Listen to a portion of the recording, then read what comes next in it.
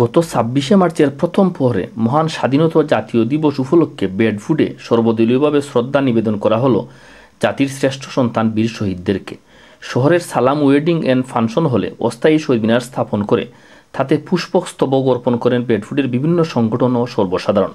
প্রথম বেডফুড বাংলাদেশি কমিউনিটি, পরে Bedford Awami League, Bedfordshire BNP, Bedford Bengali community council, unique 50, greater Sunamganj community council, tax 10, Alamin restaurant সহ বিভিন্ন restaurant ও সর্বসাধারণ। পুষ্পস্তবক অর্পণ শেষে উপস্থিত সর্বসাধারণ আয়োজকদেরকে ধন্যবাদ ও প্রত্যেক বছর এ ধরনের অনুষ্ঠান আয়োজন করার আহ্বান জানিয়ে বলেন, আজকে সত্যি আমি আনন্দিত।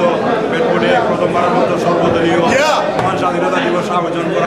মহান স্বাধীনতা দিবস আজকে যে বেডফুড আমরা যে প্রোগ্রাম করছি অত্যন্ত আনন্দিত এবং খুবই একটা সুন্দর প্রোগ্রাম হয়েছে। চ্যানেল আইকে ধন্যবাদ জানাই আজকে তারা এই প্রোগ্রামকে যে আমরা আজকে আগামীতে আমাদের বাংলাদেশের জাতীয় দিবসগুলো যাতে আমরা একই প্ল্যাটফর্মে এসে আবার উদযাপন করতে পারি, আমি সকলের প্রতি সেই আহ্বান রাখব।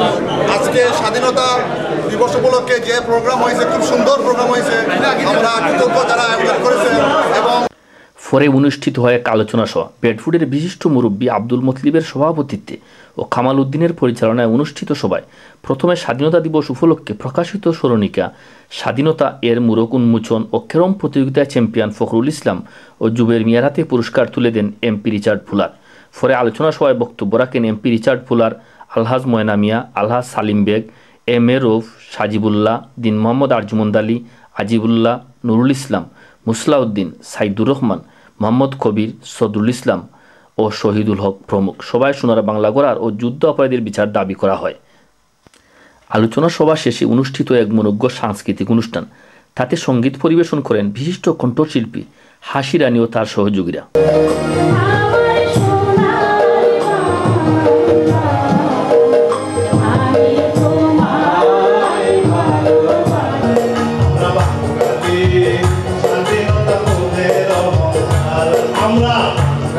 সর্বদলীয়ভাবে বেডফুডে স্বাধীনতা ও জাতীয় দিবস উদযাপন করে বেডফুডে বাঙালিরা যে দৃষ্টান্ত স্থাপন করলো সেটা যেন প্রত্যেক বছর অব্যাহত থাকে এবং বাঙালি কমিউনিটির পক্ষ থেকে সম্মিলিতভাবে বেডফুডে একটি স্থায়ী শহীদ মিনার জন্য প্রতিষ্ঠা করা হয়, সেটাই এখন সবার প্রত্যাশা।